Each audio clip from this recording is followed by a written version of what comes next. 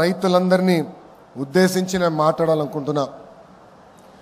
2014లో రాష్ట్ర విభజన జరిగినప్పుడు కట్టుబట్టలతో మెడబట్టి మనం బయటికి గెంటేశారు. రాజధాని ఎక్కడ ఉండాలో కూడా చెప్పని పరిస్థితి. ఆనాడు చంద్రబాబు నాయుడు గారు ఆంధ్రులందరినీ ఒప్పించి ఒకే రాష్ట్రం ఒకే రాజధాని కానీ అభివృద్ధి వికేంద్రీకరణ నినాదం తీసుకున్నాం. దాంట్లో భాగంగా అనంతపూర్కి కియా మోటార్స్ని తీసుకొచ్చాం. ఆనాడే అనంతపూర్ జిల్లాకి జాకీ లాంటి పరిశ్రమలు తీసుకొచ్చాం. ఏకంగా అనంతపూర్ కర్నూలు జిల్లాని రెన్యూవబుల్ ఎనర్జీ హబ్గా తీర్చిదిద్దాల లక్ష్యంతో అడుగులు వేసాం, పునాదులు వేసాం. కానీ ఒక్క అవకాశం అన్న మాట ఎన్ని గడిచిన 5 సంవత్సరాలు రాష్ట్రం దారి తప్పింది. దానివల్ల తీవ్రంగా నష్టపోయింది ఆంధ్ర యువకులు. ఎక్కడ ఉద్యోగాలు ఉపాధి లేని పరిస్థితి.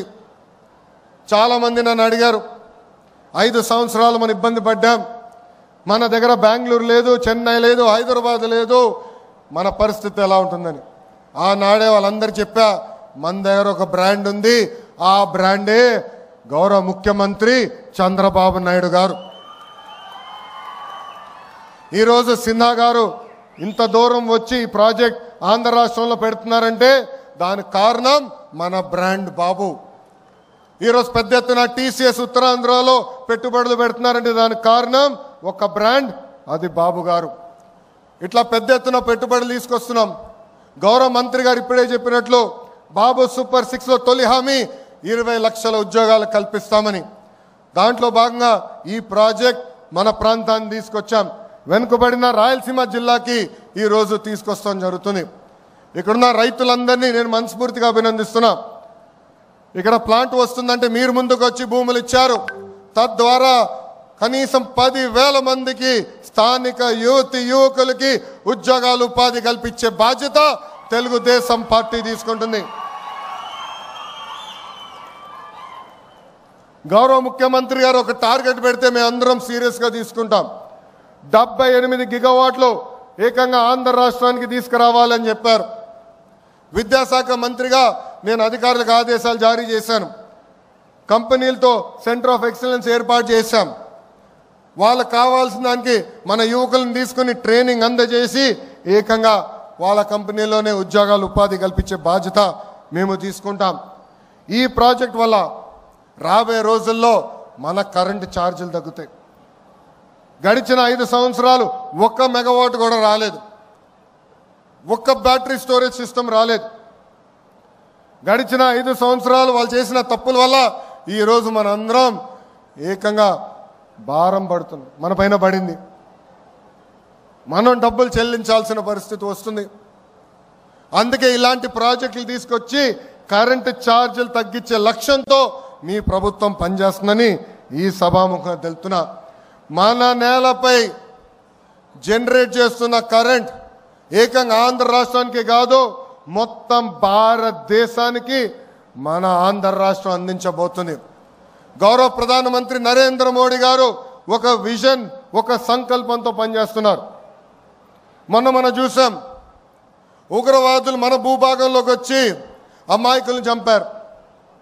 ఢిల్లీలో ఎంత పనున్నా అమరావతి పనులు తిరిగి ప్రారంభించేదానికి గౌరవ ప్రధానమంత్రి గారు పిలిస్తే ఆంధ్ర రాష్ట్రం, ఆంధ్ర ప్రజలు నన్ను పిలిచారు, నేను తప్పనిసరిగా వస్తున్నానని వచ్చి తిరిగి శంకుస్థాపన చేశారు. ఆనాడే గౌరవ ప్రధానమంత్రి గారు ముందర నేను చెప్పా, ఆంధ్ర ప్రజలు కోరుతున్న అన్ని కోరికలు గౌరవ ప్రధానమంత్రి గారు తీర్చుకుంటూ వస్తున్నారు. దాంట్లో భాగంగానే ఈ ప్రాజెక్ట్ రాయలసీమకు వచ్చింది. త్వరలో కర్నూలు కూడా హైకోర్టు బెంచ్ తీసుకొస్తాం. గౌరవ ప్రధానమంత్రి గారిని కూడా రాయలసీమ గడ్డపైకి తీసుకొస్తామని ఈ సభాముఖ రాయలసీమ ప్రజలు కూడా తెలుపుతున్నాం. గడిచిన 5 సంవత్సరాలు రోడ్లు కాదు, రోడ్ల పైన పడిన గుంతలు కూడా రిపేర్ చేయలేదు. గడిచిన 5 సంవత్సరాలు 1 పెట్టుబడి రాలేదు, 1 ఐటీ కంపెనీ తీసుకురాలేదు. పొద్దున్న లేచిన దగ్గర నుంచి రాత్రి వరకు మేము అన్ని తలుపులు తడుతున్నాం, అన్ని గడపలు దొక్కుతున్నాం. దాంట్లో భాగంగా నేను డావోస్కి వెళ్ళా. సిన్హా గారు గౌరవంగా నన్ను భోజనం పెట్టి పిలిచారు. ఆ భోజనంలో ఆయన ఒకటే చెప్పారు, గడిచిన 5 సంవత్సరాలు ఎన్ని కష్టాలు పడ్డాం, కానీ ఈసారి బాబు గారు తిరిగి వచ్చారు, నువ్వు అడుగుతున్నావు, అందుకే నేను ఆంధ్ర రాష్ట్రంలో పెట్టుబడి పెడతా, ప్రత్యేకంగా రాయలసీమ ప్రాంతంలో పెట్టుబడి పెడతానని చెప్తాం జరిగింది. సిన్హా గారినే కాదు, టాటా సన్స్ చైర్మన్ చంద్ర గారిని కూడా కలిసా. 3 గంటల సేపు ఆయన ఆఫీస్లో నేను కూర్చుని మాట్లాడా. దాంట్లో భాగంగానే టాటా ఎనర్జీ వచ్చింది, టీసీఎస్ వచ్చింది, ఇంకా అనేక పెట్టుబడులు కూడా టాటా లాంటి సంస్థలు పెడుతున్నాయి. ఇవన్నీ మీకు ఎందుకు చెప్తున్నానంటే, ఇక్కడ చాలామంది నిరుద్యోగ యువకులు ఉన్నారు, తల్లిదండ్రులు ఉన్నారు. ఒక లక్ష్యంతో మేము పనిచేస్తున్నాం, ఒక కసితో మేము పనిచేస్తున్నాం.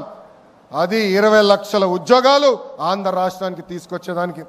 డిఎస్సి నోటిఫికేషన్ ఇచ్చాం, 16,347 టీచర్ పోస్టులు కూడా వచ్చే నెలలో భర్తీ చేసే బాధ్యత కూడా కూటమి ప్రభుత్వం తీసుకుంటుందని ఈ సభాముఖ నిరుద్యోగ యువకులందరికీ హామీ ఇస్తూ, నాకు ఇంత అద్భుతమైన అవకాశం ఇచ్చిన మీ అందరికీ పేరు పేరున నా హృదయపూర్వక ధన్యవాదాలు తెలుపుకుంటూ, ఇలాంటి పెద్ద పరిశ్రమలు వచ్చినప్పుడు ఆహ్వానించాలి, పెట్టుబడులు పెట్టించాలి.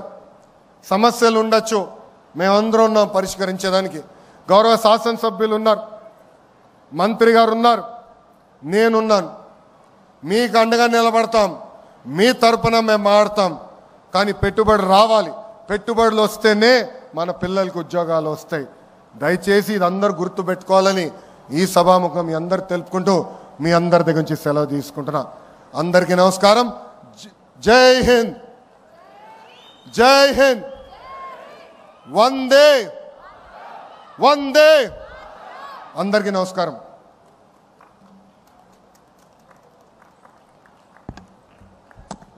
Thank you very much, sir.